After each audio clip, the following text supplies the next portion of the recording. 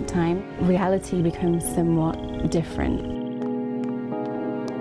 It suddenly gets a certain sense of strangeness to what it would have during the daytime. My name is Rachel Louise Brown, and I'm an artist that primarily uses photography to capture the things that I am interested in. My residency at the Palm Beach Photographic Centre has been going for 4 years now. The name of the show is Simulations.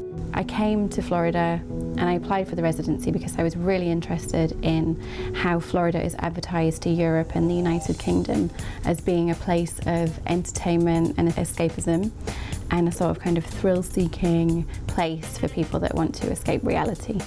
Throughout my career as an artist, since leaving education, since leaving my master's, I have consistently done residencies because they've given me this space to explore something that's unfamiliar to me.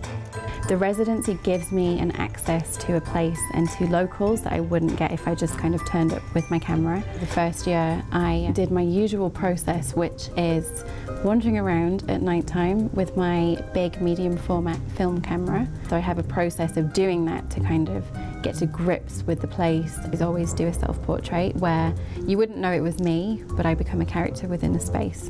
I went to the Breakers Hotel and they allowed me to shoot in 2 of their ballrooms, and I run out into the space and I just dance or I play. So what you get, because it's a long exposure, is this ghostly figure moving through the space, and there's one in particular that really worked well. Within the show there was the gymnasts and the marching bands and the ballerinas, which was a sort of kind of detour from where I began with the nighttime explorations. But when you go to the show and you walk around, you can see the evolution of the work.